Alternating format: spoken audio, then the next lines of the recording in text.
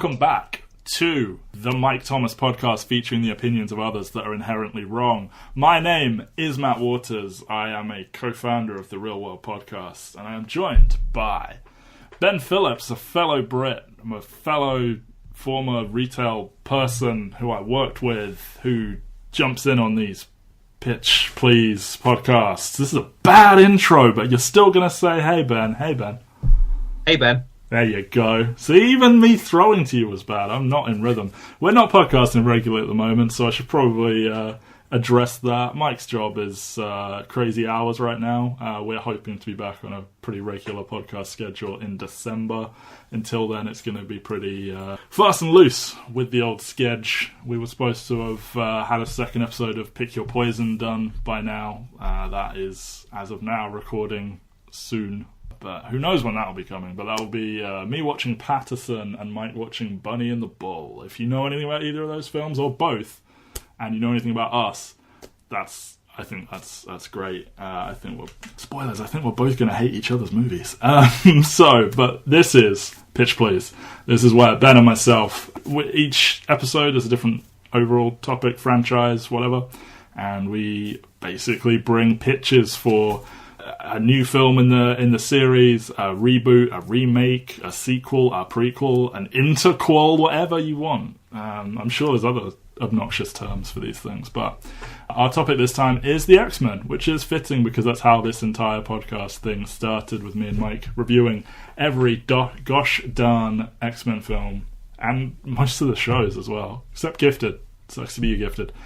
So yeah, we're going to do X-Men, which, you know, Mike should probably be here for, but this is our podcast, so we're doing it, and he can just... I know, I feel bad, like I'm treading on, like, hallowed ground, since this is literally where the podcast started. Well, you know, we're the nerds that read the comic books. He's just the guy that sits there and says whether the films are good or not. He can rate our pictures and then just snidely comment on them if he wants. So you're saying I should do all space? Yes, space. Constant space. Constant space. The X-Men should only be in space. Never don't be in space. There is no reason for the X-Men to ever be on Earth. Yeah, with a Caucasian Dora the Explorer in there for fun. So, it's X-Men, and if you listen to any of Mike and Matt's excellent adventures, which is all available on soundcloud.com/Mike and Matt, you will know that I am a great big X-Men geek. Ben probably actually knows more about X-Men than me, but he just doesn't like to brag about it. And that's just who Ben is. He knows all. So there's going to be a lot of stuff. I've not actually seen Logan yet. You haven't seen Logan? I haven't seen Logan yet. Get off the podcast, Ben. I've seen if you pitched me like the exact plot for plot of Logan without seeing it. That would be good. Oh no, I've got a no Wolverine rule in my unwritten rule. Same. So I have seen the two good Wolverine movies though. So yeah, okay.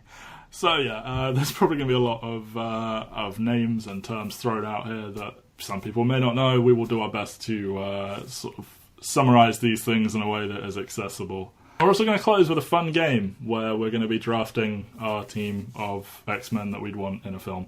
And, you know, we can't have the same characters, so people are going to steal, and it's going to be fun. Look forward to that. But to start off, because I'm bad at like keeping to my own parameters of things, I told Ben to come up with like one main pitch and then one like fun one to the side. Instead, I came up with like 15 and then sort of wrote down why I couldn't do certain ones. So like there's a lot of stuff that's cool but they just shouldn't do. A lot of it centering around the depowering of mutants, because X-Men 3 and Logan and just they don't need to visit that territory for a good long while. So stuff like Generation Hope and the Messiah Complex and anything to do with the Legacy Virus, any of Whedon's run, Kieran Gillen's Extinction Team, any of that, while it is all very near and dear to my heart, can't do it. So in a world where they hadn't ruined it, any of those would probably make for pretty good films. There's a lot of pretty cool like what ifs or alternate reality type stories, but you can't really do a mainline film with that kind. I don't know, it's just difficult. Maybe an animated film. DC do a lot of good animated ones. I think Marvel should get back on that. I'd like to see something like Age of X, which is tied into Legion, which was a big hit. So maybe you want to capitalize on that and do a fun thing where all the surviving mutants live in a fortress and it's cool. I could just spoil it all. House of M, I also think, is a lot of fun. You'd have to massively adapt it and focus more on the mutants, but a world where the mutants are the majority and humans are the minority, that could be a fun what if. But none of these are my film. Also not my film. Gambit's being made, but I hope they make that as a heist movie. I think mutants doing a heist would be fun, because I wanted Suicide Squad to be that. I want to see a superhero heist movie, just something of a different genre, and Fox seem to be doing that kind of thing, so maybe that's exactly what Channing Tatum will be doing. Isn't that just Logan Lucky though? Yeah, I guess. Like, it's just, like a Gambit heist film would just be Logan Lucky. Yeah, well, I look forward to seeing it starring Channing Tatum. The Magneto solo run a few years ago was really, really good, sort of a noir-y revenge investigation thing. That might be fun. And one that I've always said they should do. I think it's tricky, so this isn't my main pitch, but I think a huge thing for X-Men fans is that it's a school as well as just a superhero team, and it's full of teenagers with weird mutant abilities who are being awkward and teenagery around each other with the complication of powers. And there's just so many good, fun, young characters that they could do some sort of, like, I don't want to say like a 16 Candles-y type thing, you know, like some sort of teen rom-com thing, but with mutants. Like, you're straying very dangerously close to what my overarching pitch is going to be. I will retract my my throwaway one. X Factor Investigations could be cool as well, but that's another one I've had on my list. Cool, sweet. I'll tell you what. I'll just pitch my main one and shut the hell up at this point, shall I? We've got very similar taste in X-Men. We do. Going completely the opposite way with my main pitch. I'm just giving some love to some things that I like. Yeah, we got very similar taste in X-Men, so just listing stuff we like will probably touch on stuff that someone else is going to bring up. True. Would be like... Oh, are you going to pitch Age of X? Oh, okay, cool. I wasn't going to pitch Age of X, That's no. very good. I would posit it's better than Age of Apocalypse. But hey, so, if...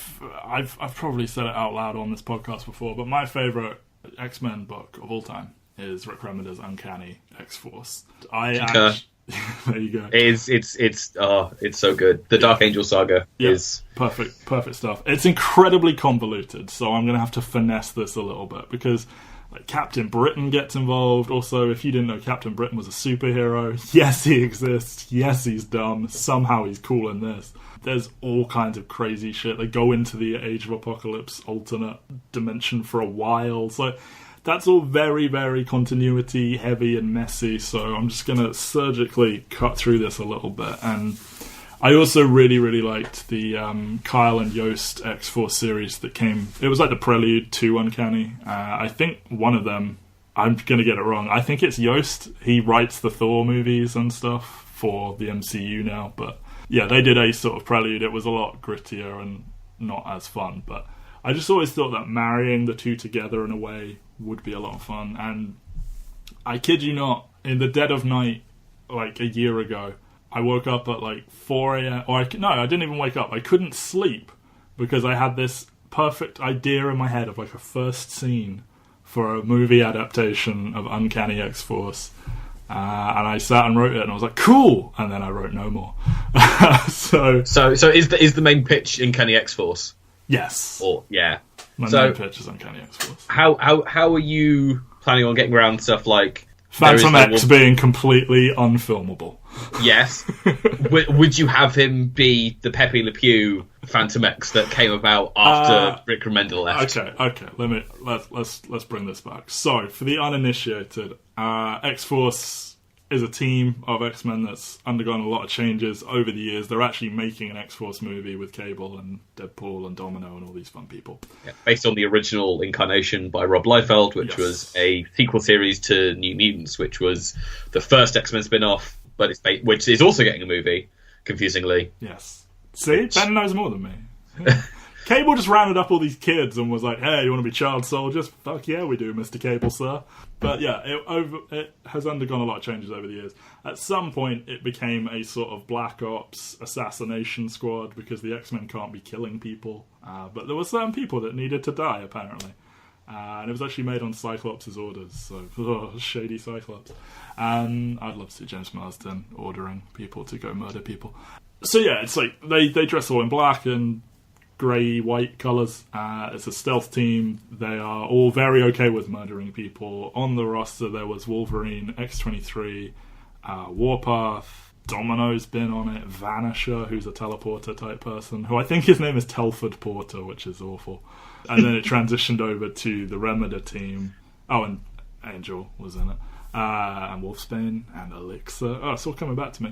It transitioned over to the Remeda team, which had Deadpool, Wolverine, Angel, Psylocke, Archangel, I'm sorry. Psylocke, I think Domino did show up again, I don't remember. I don't think she was in the Remeda run. Anyway, so that was the team.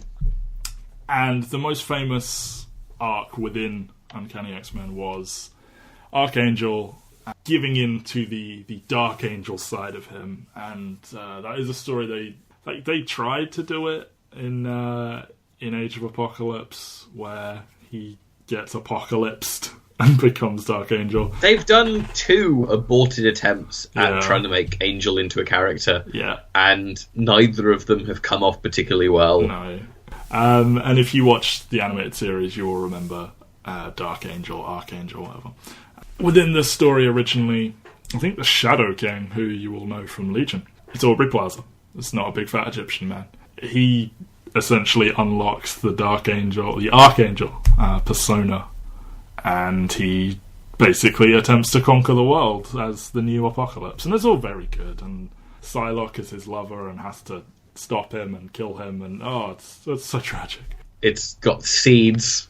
It's got yes, exactly. It's got seeds like it's got life seeds and death seeds and they've killed Celestials and Apocalypse. Well, that's a pretty cool moment. So yeah, it's very convoluted. So I just imagined a slightly more streamlined version of it. My team would have been Wolverine. I think you started asking how would I do it with no Wolverine, but Logan's set in the future, Ben. So Wolverine is actually still on the table. But is Hugh Jackman still on the table? Look. I could talk Hugh Jackman into being Wolverine again. Also, if you wanted, have him actually finally wear his mask and just never show that it's not Hugh Jackman. Well, just do what they do in Deadpool and just staple a cutout of Hugh Jackman's face onto an actor. Yeah. So yeah, Wolverine, I would do. Deadpool, I would do. As the narrator of the story. Because obviously Deadpool talks directly to, the reader sometimes. And that's difficult and he talked to camera in his movie, and I thought it's quite difficult to do a serious X-Men movie where he's doing that. So I thought the way around that would be he narrates it, and he sort of narrates it out loud, and you get Wolverine being like, "What the fuck are you talking about?" That kind of thing. So that was my way around that. Psylocke would definitely be on the team. Angel would be on the team and would be the villain, like he would turn. And I wanted Domino.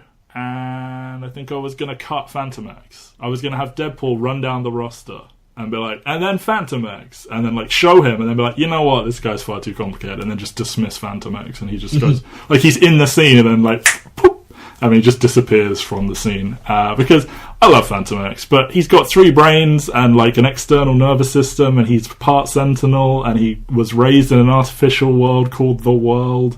And he's French/British and has 8 names and turned into 3 distinct personalities at one point, and 2 of them were fucking each other.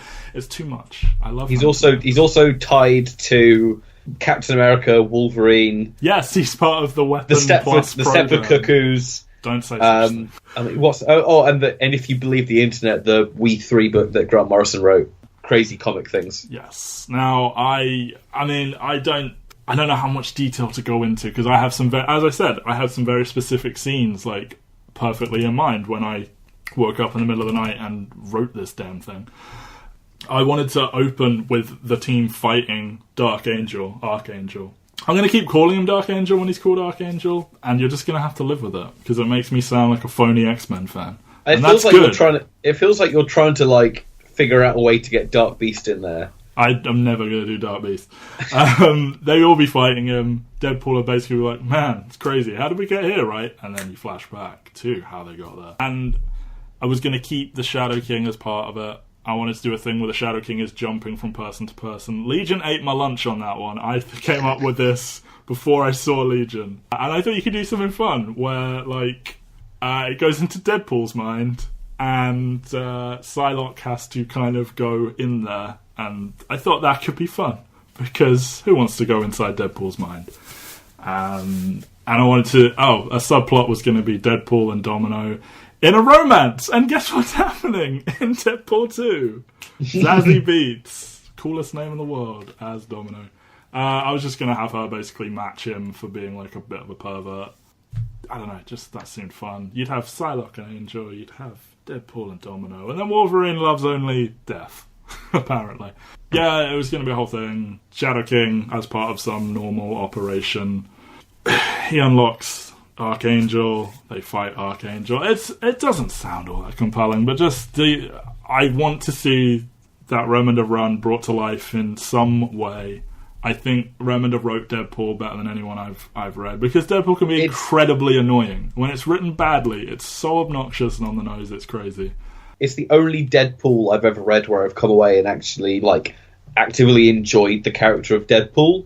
Other than, I've read the Deadpool series after Remender's run on Deadpool, which is Jerry Dugan and... So the one where he starts fighting presidents and stuff? Yes, it is. That was fun that as run. well. Yeah. It was fun, but the best arc on that one is the one where they go to North Korea and find the North Korean X-Men, and they're all cancer-ridden. Yeah. And it's really, really dark, but really, really funny. Yeah. Remender did such a good job of incorporating these, because Phantom X2 isn't going to be in my movie that I'm making tomorrow. He's also quite a comedic character. He and Deadpool kind of play off each other quite a lot.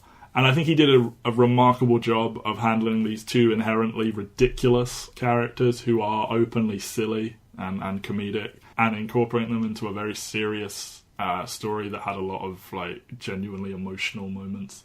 Like the final stuff with Psylocke and Angel. I think about that all the time. It's very well done.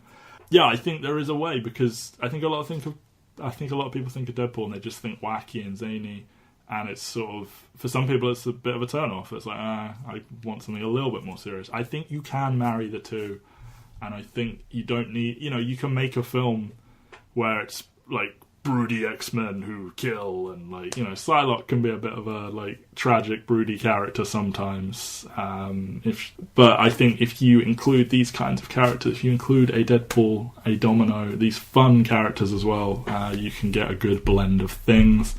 I think Psylocke desperately needs to have a storyline, something good. Is Olivia Munn the person to do it? I don't know. She looks badass. I'd like to see her actually have some pathos, because she is one of, for me, the most underrated X-Men. I mean, she's been around forever in the comics, but she had a real good run in, the mid-2000s onward. Here's a one of the complicated things about Psylocke is... Yes, go on.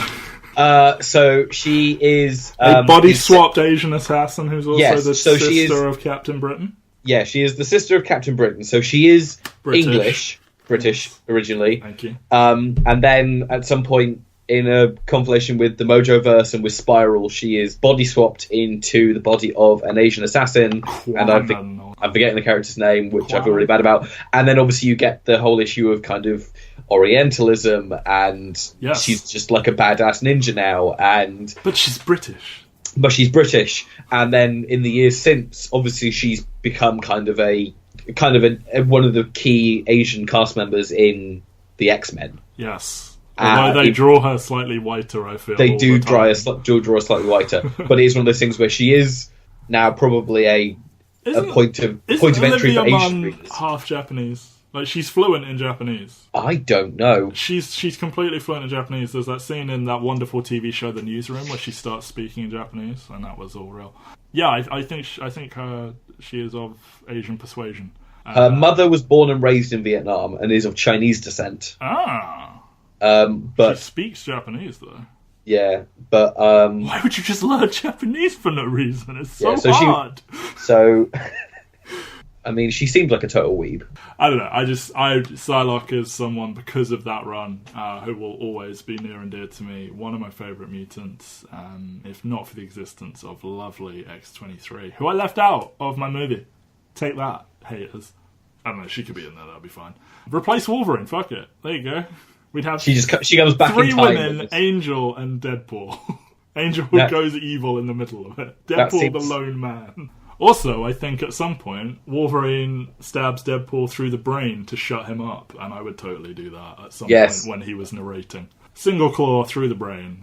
Yeah. So the logical endpoint of this run is that you would then do Uncanny Avengers, correct? Well, I don't think I have the rights for that then. And then after Uncanny Avengers, you do the end point of all of this, Axis. I reviewed that comic. It's awful. It's fucking awful. It's one of the sloppiest crossovers ever. Anyway, my choice is not all that inspired, but it is something I feel passionately about. I would like to see it. I think it's very reasonable and filmable. Hugh Jackman made rumblings that he might consider doing like a team-up movie. I swear he said this. There's enough that they've done in the X-Men universe that this series is not unfilmable. They've done Apocalypse, so that's easy to do. They've introduced all of the characters. Yeah. Whether like you could retool it and basically do something with Angel and Psylocke to make them more interesting. Recast Angel as someone who can act. Yeah, I think it's all, if not completely doable now, it could easily be finessed into existing. It is the X-Force movie I want to see. I know it's not the way they're going, but that's the whole point of this whole game. So the second highest selling X-Men comic of all time is X-Force #1 or whatever, which is basically badly drawn people with massive guns, which is what you're going to get from the X-Force movie Fox makes, probably. Yeah, I mean, you can make that fun too. Boom Boom is fun. So let's head over to the land of Ben, where I started to spoil his pitch. Well, I mean, it's not so much a pitch as in we are now. How many movies are we into the X-Men franchise at this point? We've had three trilogies, so we're at 9, and there's 3 movies coming next year. Oh, we're 10. No, we're at like 12, man. Well, we've had 10 movies. Well, there's 6. There's 6 mainline X-Men films. There's 3 Wolverine movies. There's Deadpool. Oh, okay, I guess that's 10 that currently exist. Yeah. Okay, and then you got New Mutants. New Mutants is coming. Gambit is coming. Deadpool 2 is coming. Yeah, so we've had all of these movies, and none of them have been set at the school. Not one. Really. Well, the first. Well, yeah, but like X-Men 1 is basically Rogue fighting Magneto. Hey, do you remember that really good scene where Wolverine and Storm are running down the corridor going, "What's happening? No clue!" And it's like the worst read thing ever. Like, my reading of it just then was better than the actual reading of it. Yeah, so, and then X-Men 2, they introduce some more of the kids, but then they immediately raid the school, and then they're on the run for the entire movie. Pretty badass, though. Yeah, X-Men 3 is basically the people at the school find out about a cure, and then the entire movie is off campus again. First Class, they build a school. Yes. And then they don't teach them actual things. No, they don't. Then in Days of Future Past, they explicitly go out the way to say that Xavier shut down the school. But then at the end, he starts the school up. And then see the school with James Marsden alive again. Yeah, and then X-Men Apocalypse, they cast all these kid actors, and then they cut half their scenes. And then they blow the school up. Like, I'm sensing your pitch is going to involve the school. It's going to involve the school because you can kind of tell that they're going this way, and you can see that the actual mainline Marvel movies have figured out that they are sorely lacking in kind of teen stuff. Yes. So you've got Runaways coming to Hulu later on next month. Yep. You've got Cloak and Dagger coming to Freeform next year. You've got Gifted explicitly it has 2 teenagers finding out that they're mutants. Mm-hmm. Like. Spider-Man Homecoming was quite... Spider-Man Homecoming has had more high school in it than all 6 of the mainline X-Men movies. Like, apart from Spider-Man, these are the 2 franchises that you relate to being kind of based around a school in the Marvel Universe. And so I just want to see them double down on it. And I don't mind... They're not going to do it with the kids that they've cast already, because they're blasting them all off into space in the next movie. Space. We're going to go to space. They go to space. So... Sansa's going to space. Yep. Space Sansa. Space Cody Schmidt-McPhee. And Space Evan Peters. Now I'm just imagining what the Evan Peters scene in X-Men Phoenix is. He can't be fast in space. It's space. He's going to be fast. He's going to be normal speed in space. They're going to do the scene where Phoenix blows up an entire planet and kills people, but Quicksilver saves everyone. She's not going to commit genocide because Quicksilver's going to be so fast as to save an entire planet full of people. So I don't really have a pitch. So my basic idea is I just want to see some stuff set in school. Obviously, New Mutants is going to do this because they're in a psychiatric ward and there's horror stuff going on, which is again they'll get rescued and taken in by local benefactor Charles Xavier, and then they'll go to the school. Maybe. But there's so many really good kind of X-Men child characters that you can pull from. And so basically my pitch at the broadest level is I want to see them do a school movie. Mm-hmm. And now we're going to segue into my completely ludicrous school movie that is never, ever going to happen because it involves too much planning and all the rest of it that would have to happen for this. Good, I'm into it. Right, Velocidad, Primal, Transonic. I'm not just doing a Five Lights movie. I will. One of the Five Lights will be in there, though. Ooh. Well, not... is Hope one of the Five Lights? No. She's the leader of the Five Lights. She is. She controls them with her mind. A plot line they dropped and never addressed again. So basically, my plot line was going to be... Hope is the... Go on. maybe reincarnation of Jean Grey, mm-hmm. who is definitely... in tune with the Phoenix Force, mm-hmm. who was the first mutant born after Scarlet Witch mm-hmm. said that there should be no more mutants. Said it happened. So the X-Men decided that she was too precious, so they gave her to Cable to go travel through. He got there first. Okay, Cable got there first. They didn't know who had her. Everyone was looking for her, and Cable had her. It was cool. Okay, Cable had her. Giant Cable with a huge gun and a baby Bjorn strapped to the front of him. It was great. And then Cable took her through time for 16 years so she could grow up. Yeah. And then eventually she got back in time because... Looks exactly like Jean Grey, like drawn to an ink mark like Jean Grey. So gets back to the present day, which is what causes Messiah Complex and... all these other... I'm joking. Well, Hope is baby Jean Grey. She's the first mutant in ages. She's sort of rogue. She's sort of a phoenix. She's a fun character who's unfilmable. But go on, tell me how you'll do it. Right. So, I mean, basically, this is my ludicrous thing that's never ever going to happen. So it is the X-Men leave on a mission and they leave the school behind. So the characters that I've got so far are Hope. Yes. Quentin Quire. Yes. Who's Quentin Quire? Quentin Quire is another Telepathic Dick who's also in tune with the Phoenix. Pink hair, obnoxious punk, does not listen to teachers. Yes. Wears a t-shirt that says Magneto was right sometimes. He does. X-23. Best mutant ever written by anyone. Is my next one. Then it was going to be Genesis. Fucking hell. Who's Genesis, man? Genesis is the reincarnation of Apocalypse, he is a small child. Is he a clone? Is he? They never really addressed that. He's a child that will grow up to be Apocalypse. And in my aforementioned Uncanny X-Force, at the end of an issue, Phantom X, the unfilmable Phantom X, we're going to make a team, the unfilmable X-Men. He just puts a gun to this kid's head and shoots him in the fucking head and kills him. And it's like, oh, but then, turns out, he clones him and raises him on a farm. He's his Uncle Cluster. It's cool as shit. Anyway, he's called Evan. He's called Evan. Evan Saban. And Genesis is his non-apocalypse name because obviously the Apocalypse is the last book of the Bible. Genesis is the first book. So that's 4. So we have the reincarnation of Apocalypse, the clone of Wolverine, two people in tune with the Phoenix Force. Yeah. And then, so I was going to try and find 6, but I couldn't find a 6th person to jump into this team. If you can think of someone, please tell me. But the 5th mutant I've got for this team is a little mutant called... he's not actually technically part of the X-Men. He's more in a different group that Fox owns the rights to. It's Franklin Richards. Oh, okay, yes. The son of Reed Richards and Sue Storm. Who is also one of the most powerful mutants of all time. He can create universes, I'm told. Yes. I just want someone that's ludicrously powerful. Oh, okay. Iceman. Iceman would be such an odd sick choice. When Emma Frost took control of him, he was super powerful. He was. Age of Apocalypse timeline, he's super powerful. Regular him, dumbass. So yeah, that's the 5 X-Men that I've got so far. So basically, why Franklin's there, I don't know. The Fantastic Four are also off on this mission with the X-Men. The X-Men's at daycare school now. Yeah, pretty much. So these 5 are left around, and then the school gets invaded.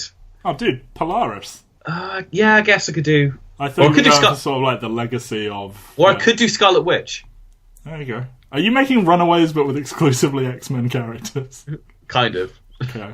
That is also a thing that's happening. Scarlet Witch is the sixth one because she's also ludicrously powerful and hasn't really been done in an X-Men movie yet. So true, and they can. They did Quicksilver. They can do Scarlet Witch. Exactly. So these 6 are left, and then the school gets raided essentially. And so there are 2 people behind this raid. Yeah, William Stryker. And they are someone who should have been in Logan but wasn't, Mr. Sinister. Ah, shit, yeah. That glam rock bitch, I love him. Teaming up with Doctor Doom. They can do that. Okay, so Mr. Sinister. And Doctor Doom. Maybe at cross ends attacking the school. And then basically these 6 manage to... Why are they attacking the school? That's the whole point. It's basically they want one of the 6 of them. Mm-hmm. But they don't know which one they want. Shit. 6 because super powerful, universe-altering characters, all children, at a school. Well, and you've got like Laura and all the rest of them in there as well because she's not super powerful, but she's the clone of Wolverine, so there's... Hey, she can heal and shit. She can. That's pretty good. It is. So basically, maybe they'll be at cross ends, and it'll be Doctor Doom versus Mr. Sinister as they try and get the 6 kids, or one of the 6 kids. I'm just going to stop you right there. I would watch a 90-minute fight scene between Doctor Doom and Mr. Sinister. Not even a fight scene. They would debate at one point. They're both academic scholars. There'd be lecterns in a lecture theatre, and they would debate. They would fight. They would romance. No, they wouldn't romance. But, I'd pay to watch that. Yeah, alone. I mean, I just wanted to cram this full of so many things that are just abjectly hard to do.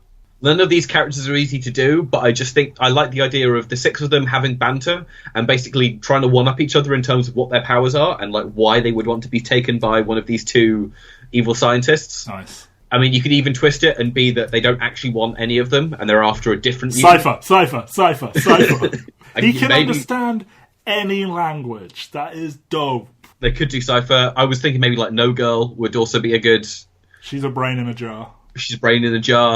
Again, there's all kinds of ways you can go with it, but I just wanted these 6 teenagers in a room battling against Doctor Doom and Mr. Sinister.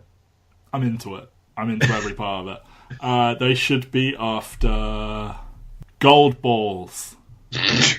Remember Gold Balls? Do you want to explain Gold Balls? Fine. He is a slightly chubby dude who can make little gold balls appear out of his body, and they burst and go like plonk or something like that, and that's his whole power. This is why Brian Michael Bendis is one of the most highly paid people in comics for ideas like this. Yes, gold balls. Anyway, I am completely into that. I also think they should just do X Factor investigations, just page for page. I mean, that's a TV show. Do that. Yeah. Oh, maybe they're after Dupe. Oh yeah, Dupe would be good. Puck. Do an Alpha Flight movie and only release it in Canada. Yeah, so my pitch it's less formed than yours. Yes. I have dialogue, Ben. You have dialogue. I have just wouldn't it be cool if I did the thing that would cost literally hundreds and hundreds of millions of dollars to film? Ask me how Shadow King ends up in Deadpool's mind. How does Shadow King end up in Deadpool's mind? Because he's in Angel's mind. And Angel and Psylocke share a room, and he has a nightmare where it is being unlocked. And then when he wakes up, Deadpool is sitting in the corner masturbating, watching them sleep. And then he jumps to his mind. And then he passes by Domino in the corridor, and she's all like, oh, I was just going to jack off and watch them sleep. And he's like, I love you. That's how that's going to happen. Yeah. But she's joking, and he was actually doing it. That's something I wrote, so that's art, and I'm glad Mike wasn't here for any. All right, yeah. A key point of my film is a masturbation scene. I'd show it all as well, an extended sequence. Right, so I'm all right. I'm good. Okay, cool. So, those are the pitches. That's what we've pitched. But Fox seem to be doing some fun stuff no matter what we do, because New Mutants is certainly different. It's a horror trilogy. Who saw that coming? So, literally no one. Literally not one person. Literally no one who read the original New Mutants said this would be really good as a trilogy of horror movies. Also written by the writers of like The Fault in Our Stars and Paper Towns and Spectacular Now. I knew you were going to bring that up. Surely their best screenplay though is their first screenplay. Which one's that? I don't know off the top of my head. 500 Days of Summer. Oh, they wrote that as well? Oh, okay. They did write that, and then they wrote...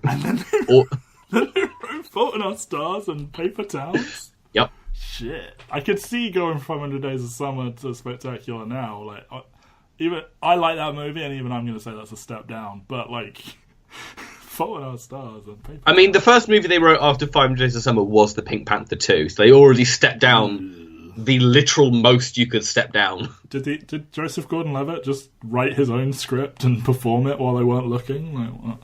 Anyway. Probably. We're going to close this out with a game, and essentially, Ben and I are going to take turns to draft a fantasy X-Men team for a movie. It doesn't really need a plot. Maybe we have to pick a villain as well. I don't know.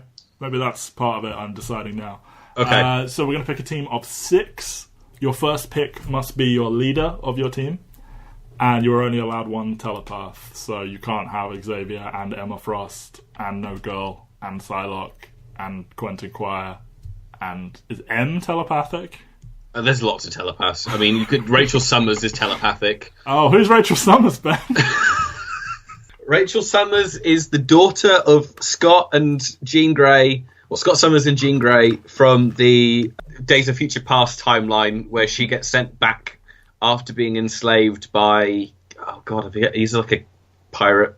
Yeah, she gets turned into a hound. Oh, Ahab. No. Ahab. Yeah. Oh, yeah, she's a hound. Oh, yeah, she's a hound. Then she gets sent back in time, and then she gets the Phoenix Force after Jean Grey died. Well, no, the Phoenix left, and she got the Phoenix powers, and then lots of complicated things. She has a lesbian relationship with Kitty Pryde in subtext. Not Kitty Pryde's first lesbian relationship in subtext, I might add. That should just be the whole podcast. I'm just going to yell out names of mutants and you've got to say who they are. Right, so that's the game. Your first pick must be your leader. Only one telepath. And you must also pick a villain. That's got to be your final pick. Okay.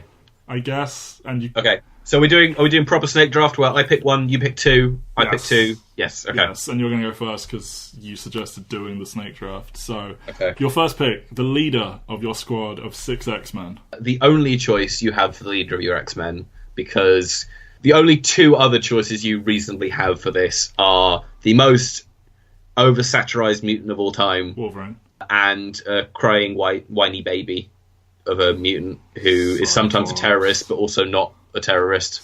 So the only choice you have for the leader of your X-Men, or at least my only choice, is obviously Storm. Okay, cool. I'm safe. Good. I'm not a huge Storm fan, but I like the actress play. Is it Alexandra Shipp? Yes, it is. Yes. She is currently Storm, not Halle Berry. No. The wandering accents of Halle Berry. Yes, Alexandra Shipp is badass, and I like Mohawk Storm. So yeah, I mean, I'm kind of going for that era, with the era where Cyclops leaves to go be with his family, and Storm kind of takes over officially as the leader of the X-Men. Hey, you could end up picking Cyclops as well. Who knows? I could. It's one of those things where like Storm has been very underrepresented recently. Yes. It feels like her series got cancelled, even though it was good, I think. Her series was really good, the one that Greg Pak wrote a couple of years ago. She's been in a leading role. She was the leading role of a X-Men series, which was all female, a couple of years ago. Yes. But, like, I think about, like, the really great runs that kind of happened in the last decade or so. Like, Grant Morrison didn't use her, Joss Whedon didn't use her, Kieran Gillen didn't use her. Racists, every one of them. Yeah, she wasn't very much in Jason Aaron's Wolverine the X-Men run. Bendis didn't use her in either of his X-Men series. It's just very weird that like all these high-profile X-Men runs have come and gone, and Storm has been very underutilized when she was so good and so central to so much of Claremont's decade-long or 2-decade-long run on the X-Men. Even when she had no powers, she was more badass than pretty much every other mutant on the team. That's true. I believe she beat Cyclops in a fight when she had no powers. She did. And so it's one of the things where, like, I want to raise her up and have her be the leader of an actual X-Men team again, as opposed to the side team. Like, she needs to be the lead in the lead book. Or the lead in the... Yeah, essentially. Okay. Very nice first pick. I am going to now select my leader, who is also my telepath. And I'm going to choose Psylocke, because I think she's a very good leader. As we've seen in incarnations of X-Force, where she ended up leading the team. She was a feature player in that Storm-led all-female X-Men team. I think she just has a really good sick-of-your-shit attitude. She's mature. She's a badass. She is both telepathic and telekinetic and a ninja and Asian and British. There's so many ands there. She must be the leader of my team. I just think that would be good times. I don't think Olivia Munn could pull it off, but this is just a hypothetical. We're starting from scratch. Here's our 6 X-Men thing. So, Psylocke, welcome to my team. You are the leader. Your first squad mate, this may surprise you, is going to be Magic. Damn you! The beauty of the game, we can steal from each other. She was going to be like my third or fourth, so... Well, you should have anticipated and taken... Now I need another teleporter. Yeah, well, there you go. Okay, one teleporter each. Or no more than one teleporter each, that's another rule. Yes, Magic is the little sister of Colossus. I believe she's going to be in New Mutants. She is. She's the Anna Taylor-Joy. That's it. That's the name. Basically, I'm not even sure she's a mutant because all of her powers derive around like hell and actual magic. It's I don't know. Anyway, she is deeply tied into this dimension called Limbo.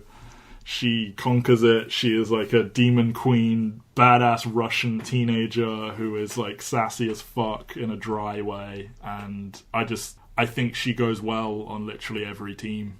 She is fun to interact with literally any character you can think of. She holds a big sword a lot of the time. I mean, made of her soul. She is so... So the New Mutants run that has come up actually a couple of times now, back in the 80s, she's so integral to that, and is kind of so integral to the end point of that series with Inferno, where she... I'm not going to say it, but what's Inferno, Ben? Don't explain what Inferno is. Oh God, Inferno is... Bondage. Anyway. Inferno is where you should probably stop reading the X-Men if you don't want to read the 90s stuff. Which would be a wise call. Yeah. Magic is a great choice. Like, she was going to be on my... I want her on my team because she's got so much kind of, like, complications. She can be damaged, and she can be, like, one of the best fighters you've got on the team, but then she's also got the kind of innocence of being a... Like, there's so many different layers to Magic, and the fact that she's been 2 or 3 kind of entirely different characters over the years because of plot reasons... Yeah. Makes her one of the kind of most interesting X-Men to kind of like dig a little bit. Yep. Wears a lot of hats, very versatile. That's why I picked her. Psylocke and Magic is my team so far. Ben, I guess you get 2 picks now. Yeah. So, well, my number 2 pick. Yes. Is going to be 1 Kitty Pryde. Nice, obvious counter to Magic there. Yeah, because I mean, it's weird. So when I started knowing about the X-Men was back in the 90s with the ubiquitous X-Men TV show, which does not feature Shadowcat at all. No, Jubilee instead.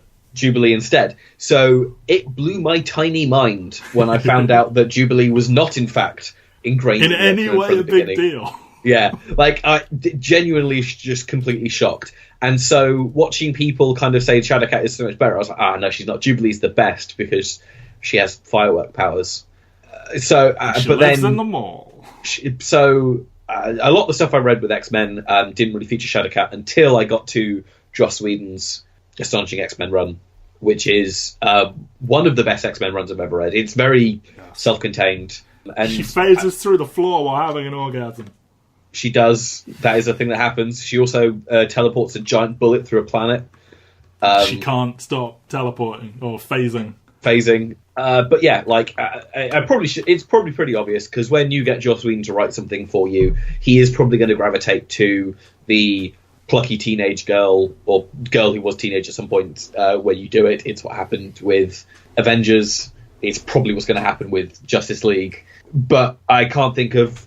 you can tell when Joss Whedon was writing Shadowcat that he had put a lot of her into Buffy. Mm-hmm. And so you kind of like... That's an archetype that you kind of want in your team, is that it's someone who has grown up a lot, has seen a lot of stuff, but is just like the kind of ultimate team player. Yes. In a lot of ways. And she walks through walls. So. And she walks through walls. And it's a good power because she phases through electricity. And she's super smart. She which is often forgotten. Yeah. And one of the most prominent Jewish comic book characters. So, yes. Yeah. Which, I mean, we could get into the whole M-word debate there. Sure. I'm just going to say right now, I don't know if this fucks everything up for you. If you want to pick Magneto as a member of your good guy team, you can. I'm not going to, spoilers. But yeah, he's eligible to be a good guy, I guess. Okay, neither am I. Cool, right. Right, so my number 3 choice... Mm-hmm. Oh, God. I'm going to go Phantom X. Ah! Son of a bitch. Do I get Eva with this, or is Eva a separate unit? You can have Eva with this. I can have Eva, okay. Eva is part of him. Yeah, so Phantom X was my favourite part of Rick Remender's Uncanny X-Force. Same. I enjoyed him in Grant Morrison's New X-Men. I feel like they've kind of ruined him since. Yes, Suspiria, fuck you, man. Yeah, Suspiria, and then who was the person that wrote the X-Force team after, with the explicit 3 Phantom X's running around? They're all sleeping with each other. Yeah, there's the lady one, the black one, not the one that wears a black costume, and the white one. Yeah, they just kind of upped a lot of the stuff. Like, he spoke explicitly French, but in a Pepe Le Pew kind of way, and just kind of lost a lot of the kind of comedy and the coolness that kind of existed. Like, again, you brought it up. One of the first things that I found out about Phantom X was that scene where he just shoots Kid Apocalypse, or the Child Apocalypse, in the face. He does. He's the villain of the comic, and then it turns out he's got the biggest heart of them all. Yeah, and like the entire thing is really, really good. Spoilers, he does die about 2/3 of the way through the series. Sleeps with Mystique, though. He does. Knowing it's Mystique, I believe. He gets skinned to death by... Oh, God, yeah! Is it Shadow King that does it when they're in the Another World? It's Captain Britain and Psylocke's brother, Jamie... Oh, yeah, Jamie Madrox. Not Jamie Madrox. No, Jamie Braddock. Jamie Braddock. But yeah, so Phantom X. That's all that needs saying about Jamie Braddock. Yeah. that's his name. Yeah. So Phantom X is my third choice. Guns, I want powers, external ship lady, nervous system, 3 brains, fake French, thief. I just want to rehabilitate him. Why? I mean, you're doing the Lord's work. Yeah. I'm happy for you to pick him as long as someone picks him. All right, I'm into that. So you got Storm, Kitty Pryde, and Phantom X. I do. I think Phantom X and Storm would argue a lot. And I have Psylocke. Again, I'm going for people that would have some kind of like... Yeah, no, I feel you. I get it. Right. I mean, you've stolen one of my character's girlfriends, so... Wow, what can I say? Right. Oh, God, I know who I want, but now it's tactical, almost. Kitty Pryde's off the board. Let's take her off the hypothetical list of people I'm picking. I can't have Emma Frost because I've got a telepath. Didn't think that through.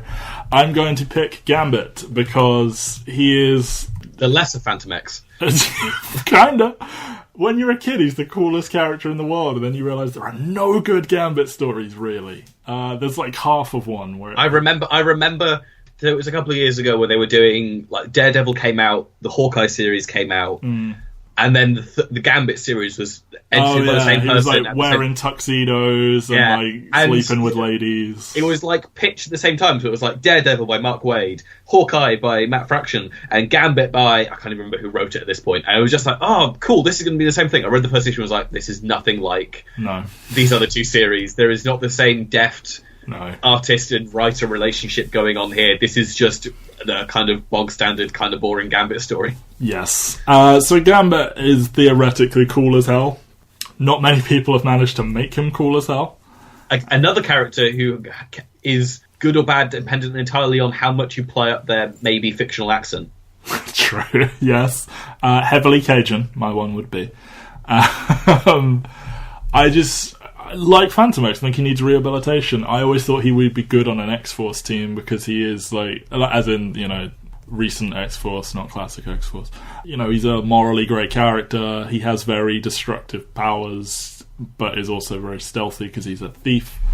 And just, he is, I was a child when the cartoon was on, so of course I like Gambit. Like, he makes cards into grenades. Fuck you, that's my third pick.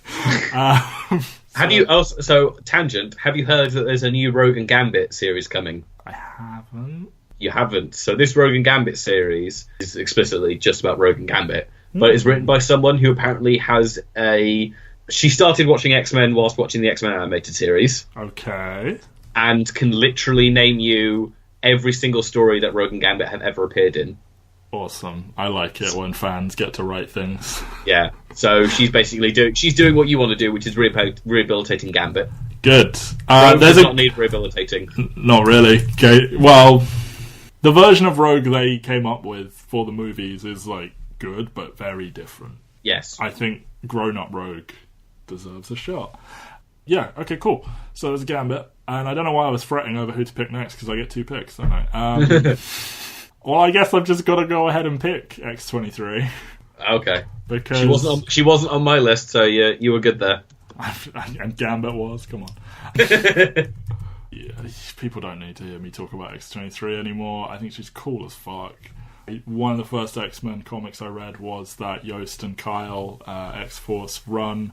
It's a badass lady Wolverine who is like raised as an assassin and doesn't get normal interactions, and like maybe she's better than Wolverine or maybe she's not, and then you've seen Logan, like you get it, she's a badass little girl. Yeah, at one point I was essentially trying to draft, and I still could be. This could be an X-Force team. I mean, I have a badass ninja.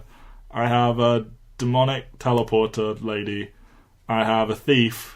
And I have another badass sort of ninja lady. Yeah, I think I'm accidentally drafting an X-Force team. Yeah, I mean, it depends where your last 2 picks go, but I'm fairly sure, like, I think I know what one of your last 2 picks is going to be, and they have definitely been on an X-Force team before. Boom, boom.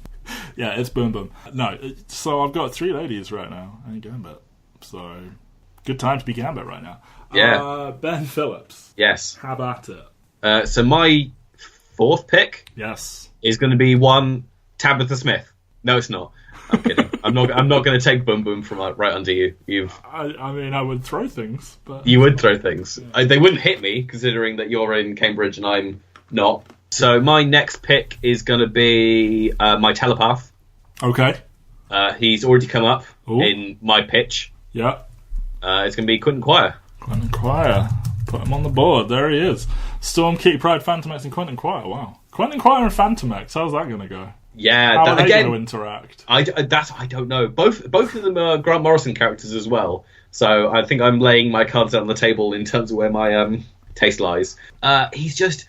I thoroughly enjoyed his kind of appearance in Jason Aaron's Wolverine and the X-Men, which kind of did a lot of work to kind of make him not kind of a bratty villain. And again, he's another one who I feel like since that writer's left, like they've kind of been left in the wind and not been as interesting. But there's someone who I think has a lot of potential there. Like they were building up for a few years there that they were going to be the next logical host of the Phoenix. And then they just have too many characters now in the Marvel Universe that are the next logical host of the Phoenix. Like including you've got Jean Grey again. Yeah, you've got Jean Grey, you've got Hope, you've got Rachel Summers, you've got Quentin Quire. It's just like all these characters could have the Phoenix, but none of them have the Phoenix. So it's all I like what he brings. He brings the kind of teen side. I think he's clashed with Kitty before when she was the principal or whatever it was, or like a teacher at the Wolverine school. I really enjoy the vibe that he brings to the kind of things, and also he's kind of heroic, but with a very decent level of kind of like self-servingness to him, which is entirely interesting when you want to do these kind of things. Indeed. I'm into that team so far. Storm, Kitty Pryde, Phantomex, Quentin Quire. And right. Emma Frost off the table for you now. You don't have a teleporter, do you? I don't have a teleporter. I don't know if I want to have Nightcrawler. I can't have Nightcrawler. So. You can't have Nightcrawler. I mean, Vanisher is right there for the taking, my friend. I'm going to go super left field. Mm-hmm. I'm going to go Dupe. Dupe, okay. Who's Dupe, Ben? I don't even fucking know. He's the camera guy for Ecstatics. What's Ecstatics, Ben? Dupe is a weird little floating green man. So again, I'm outing like basically one of my favorite all-time X-Men runs is Jason Aaron's Wolverine and the X-Men, and there's a standalone issue which is just about Dupe, and it is one of the most amazing things I've ever read in my entire life. Like, I cannot say enough good words about how good that comic is. I don't even know why Dupe is on this team, but I just think Dupe lends something inherently interesting to a lot of things that could go on. He's a character from one of my other favourite things of all time, which is the Peter Milligan and Mike Allred X-Force / Ecstatics run, which is thoroughly weird and thoroughly enjoyable and well worth a read if you want to read something that's X-Men, but not at all X-Men. Yeah, and he's just got, I mean, let's go through his powers, just to kind of like, so he's got the power of flight, accelerated healing, superhuman strength and durability, physical malleability, ability to replicate physical objects, extra-dimensional void within body that can store objects and people. Standard. Pretty average set of powers there. Yeah, but he is wonderful. Just a quick shout-out, the issue to read is Wolverine the X-Men number 17, which is Wolverine's secret weapon, which is basically... no one understands why Dupe is working at the Wolverine school, and it turns out that he's doing all these badass things in the background that no one knows why he's doing them, and it is absolutely wonderful. It's Jason Aaron with Michael Allred, who is one of the best comic artists of all time, drawing it as should be because he is his co-creator. But yeah, it is a wonderful issue that you can pretty much read standalone and not be very confused, other than who the fuck is Dupe? It's the kind of only question you'll come away asking, but you want to read more about Dupe. So yeah. Indeed. So you have 2 women, 2 men, and a miscellaneous thing. Yep. Actually, is Phantom X even explicitly male? I don't know. I'd assume he's... I mean, you could even argue he's gender fluid at this point. Indeed, there is a distinct female personality in there. Didn't two of the Phantom X's and Psylocke have a 3-way? Yes, they did. Okay. That is indeed what happened. Okay. Fun times. Comics are definitely not just for prepubescent boys. So, I guess I am to make my last 2 picks. Okay. So I've got Psylocke, I've got Magic, I've got Gambit, I've got X-23. Alright. I'm going to pick Cyclops. Not as the leader. Right. Interesting. Yeah. A team where Psylocke is definitively in charge of him, but he's not just being a mopey bitch. Right. Is interesting. So I think Cyclops is... God, I think many things about Cyclops. I think he's very pragmatic. I just think he's a character that is so... you feel one way about him or the other. Obviously, the movies did him a lot of damage. The cartoon arguably did him some damage. There is a reputation of just being a Boy Scout. And then there was another Cyclops that was written around the time of No More Mutants, like that era, and I think he's very well written. And there's some X-Men fan site where he won Worst Character one year, and the very next year he won Best Character in a nice swing. So I thought that was really well done. I just think there's so much to do with Cyclops they haven't done because they are so fixated on Boy Scout or Mopey. And there's another layer there, borderline terrorist Cyclops, and just I don't know. I think you could do fun things with Cyclops. I liked the run where post 5 mutants getting possessed by the Phoenix and going evil, including Cyclops. There was a team with Cyclops, Magneto, Magic, Emma Frost, someone else. They were the New Mutants. Yeah, it was the New Mutants as well. They were the main 4. And I thought Cyclops and Magic had a good dynamic, and I can't have Emma Frost because I've got Psylocke, so I've basically swapped Psylocke and Emma Frost. And I just wanted to recreate that dynamic a little bit. And yeah, I think Cyclops and Gambit would probably work quite well together. Energy powers, like there's the tension with the Wolverine clone and Cyclops, where you could have some residual arguments. Psylocke telling Cyclops, "Oh, it's my team." I think that would be pretty fun as well. So he's actually kind of a loose part in my one. He's not like one I just think he's a good utility player. You can always do something with Cyclops. I'm also. You've got a lot of ranged weapons in your team. I do.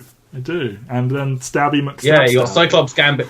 You got Cyclops Gambit, and then you've got. I mean, your next choice is also going to be a distance character. Who's my next choice, man? Your next choice is going to be one Tabitha Smith or Boom Boom. It's not Boom Boom. Is it not? What? Boom Boom's been an elaborate trick all day long. I'm not picking Boom Boom. Now I feel. Who are you picking? Now I feel I should pick Boom Boom. Okay, my last pick is. I'm now talking myself into Boom Boom. I kind of want to pick Jamie Madrox, but there's such complications that come with that. With who? Jamie Madrox, multiple man. I was thinking about heavily, but now I'm writing it. It's Boom Boom. I'm picking Jamie Madrox. I'm picking multiple man. You may remember him briefly. Boom Boom's better than Gambit. Oh yeah, but look, Gambit is special to me, man. Jamie Madrox, multiple man. You may remember him from X-Men 3. He can make many, many copies of himself. I alluded briefly to X Factor Investigations. They did a lot of very unique things with that power of his, where he can split off into different personality, different copies of himself. There's the thing where, like, when he goes away, he can, as long as the clone goes back to him, he will learn whatever they learned whilst they were away. So his clone could go off and become fluent in French, and then he reabsorbs his clone, and he is fluent in French. Yeah. I think you can do a lot of fun stuff with that, and I have I've made a sort of X-Force team of thieves and assassins, probably leaning slightly more towards the thieves, stealth operations. I think a dude that can conceivably learn any skill quietly off in the background and then reabsorb. And, they could even recruit him in because he's been learning all these skills, and they're like, this guy knows everything. He's got clones everywhere. He's also the star of one of the best X-Men runs ever, which is X Factor. Yeah. Which, again... So we have 3 people on this team with leadership skills, and X-23, if she is a clone of Wolverine who has a reluctant leadership quality innately in him, that's 4 big egos. Magic is Queen of Hell, essentially, and Gambit is he like head of the Assassins Guild or the Thieves Guild or... Yeah. There's a lot of egos on my team, there's a lot of disparate powers, there's a lot of interrelations and stuff, and now I've got 3 guys and 3 girls, so that is my team of 6, and then I will pick a villain in a minute. But Ben, you must make your last selection, and then I guess pick your villain. Basically, we're on a race for Mr. Sinister, and I guess you get him. So I've got a lot of choices. You do. Boom Boom is back in play, baby. Boom Boom is back in play. So I've had many thoughts. So do I want Prodigy? Ooh, good one. Prodigy can learn anything, right? Yeah, he can learn anything. He has lost his powers since, but he has maintained all the knowledge that he had from before then. You, or? Yes. So he's like Rogue, but with just knowledge, and he keeps it forever, right? Yeah, I've got... So there was that, and then there was Molly Hayes from Runaways. Okay. Which is, again, it's what do I love more? Do I love Young Avengers more, or do I love Runaways more? I see where this is going. But then I've also got Nightcrawler as a potential. You do? You need a teleporter, maybe. Maybe. Iceman is another one that I kind of want on my team. Good character. Because he can be super powerful. Interesting dynamic to play with Iceman. Are you just going to end up picking Marvel Boy? I will say that. Yeah, I wasn't going to pick Marvel Boy. Again, I've got too many Grant Morrison characters on here to pick Marvel Boy as well. I also thought maybe Cypher. I had Cypher written down. I think he's so bad he can be good. Yeah, I mean, what they turned it into, he can learn any language, including body language. So he can kick your ass. Yeah. And then my final one that I'm kind of playing around with is Captain Britain. I guess that counts, yeah. Confidence-based strength and flight. And again, he's got the relationship with Shadowcat from being on Excalibur with her, and I do think... And my team could fight your team, and then you got a sister-brother thing. Who do I want of those?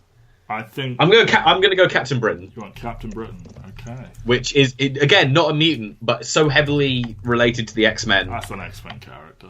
Yeah, I mean, he was created by the guy who wrote the most famous X-Men run of all time. Probably the most famous series he's in is explicitly tied to the X-Men in that it's a cast including Nightcrawler, Kitty Pryde, and just a whole load of mutants. His sister is a mutant. His brother's a mutant.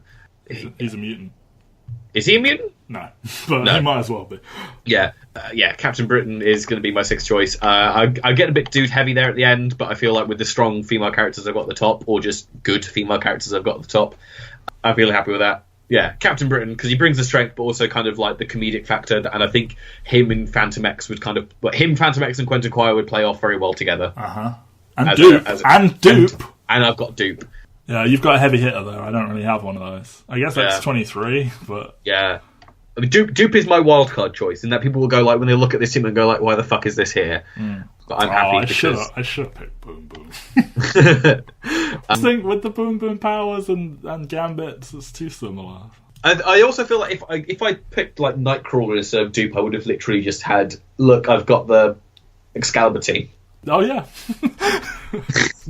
Yeah. Including a literal Phoenix. Yeah. But no, Dupe is staying. He can be the receptionist or whatever for my team, but he goes off on secret missions for Storm. Okay. But mostly it's these 5 kind of going off. Dupe is the wild card who stays behind, but I just wanted him there. Nice. Okay. Pick a villain for your team to fight. See, Sinister and Magneto are both obvious choices, but I can't think of a reason for why my team would fight Magneto. And I can't think of a reason why Mr. Sinister would give a crap about the team that I've got here. Doesn't have to give a crap. I know, but like, there's no Summers family members. That's true. I've got that locked down. Yeah, I've got one-time potential Secret Summers brother Gambit and actual Summers brother Cyclops. Oh god, who do I want as the? Because all the good villains are kind of they've been adapted or. All right, has Cassandra Nova been adapted? Oh, Cassandra Nova hasn't been. Cassandra Nova's too deeply tied to Professor Xavier, though. Has Proteus been adapted? No. Has Bastion? Right, my pick for villain... Mojo? It's not Mojo. My pick for villain is going to be the one and only Mystique. Okay. Not played by Jennifer Lawrence. So you're going to bring Rebecca Romijn back? Yeah, I feel they've tried to rehabilitate her too much, and I like the idea of her kind of machinations behind the scene are kind of inherently interesting, so I like the idea of her being a kind of behind the scenes villain, so she kind of like gets the stronger villains to kind of play off of each other. Mm-hmm. I mean, my other option would be Jamie Braddock, is the other one I could do. Yeah, but he's lame. Yeah, but he's also one of the... It would work, though. It would work with what it... But no, I'm happy with Mystique, and Mystique can maybe pull strings and get Jamie Braddock to like do some stuff, even though he's a reality bender. Yeah. Okay.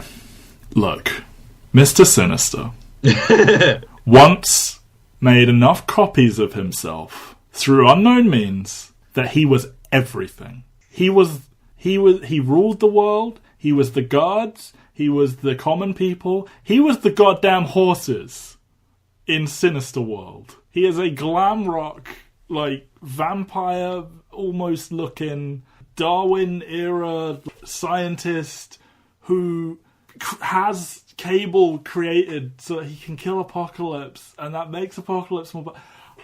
He's the greatest, but I'm picking Selene. Selene is a telepathic, immortal vampire-type lady who wears questionable lingerie bondage-type gear. Sometimes associated with the Hellfire Club, doesn't need to be. I like the Necrotia storyline. It was a bit iffy in places, but she basically resurrected a ton of dead mutants, and X-Force had to stop her. I think it's a offbeat selection that has not been adapted yet. I would tone down the amount of bondage gear she is wearing. But, you know, she is a telepath, so she is not immediately just owned by Psylocke. You know, she's a vampire-type lady, almost, so magic, you know, demons. Just, yeah, I think she would play off really well with my team. I think she is fun and a badass. And if you've seen Thor Ragnarok and you've seen Hela, somewhat similar vibe. Somewhat similar. Yeah, so that's my team. Psylocke, Magic, Gambit, X-23, Cyclops, Jimmy Madrox, fighting Selene. Ben's team, Storm, Key Pride, Phantom X, Quentin Quire, Dupe, Captain Britain versus Mystique. Hot damn, I'd read both those books, Ben. Do you want the Academy out in Westchester, or do you want Utopia on San Francisco? I want the rebuilt Wolverine, the Jean Grey school. The crazy school, okay. I'll take Utopia then. And we can all dream that Namor will wash up and hang out topless, but he won't. So there you go. That game was meant to last like 5 minutes, and instead I think that's basically an entire podcast in and of itself. And I think we had Thomas fun. Stopped listening like over an hour ago. But we had fun. It was fun. This has been Pitch Please, episode 2. This has been X-Men pitching, and then just a really fun game we played. Next time, who knows what we'll do? I'm trying to talk Ben into doing like James Bond, even though he doesn't like James Bond. But that's the beauty. You could do anything you wanted. It's your pitch. You could make him you could gender bend James Bond. It could be a woman. Who knows? Maybe we'll do that. Maybe we won't. I mean, I know what my pitch for James Bond would be. Kill him. Take him out back and shoot him. No. Have you read Alan Moore doing James Bond? Look, you may be cannibalizing some content. So, we'll be back with another episode of Pitch Please at some point in the undetermined future, and who knows what we'll be covering. Maybe it'll be Terminator. Arnold Schwarzenegger thinks he knows how to make Terminator good again. Maybe we know more. He's been in all the Terminator movies. He does not know how to make Terminator good again. Maybe he's the problem.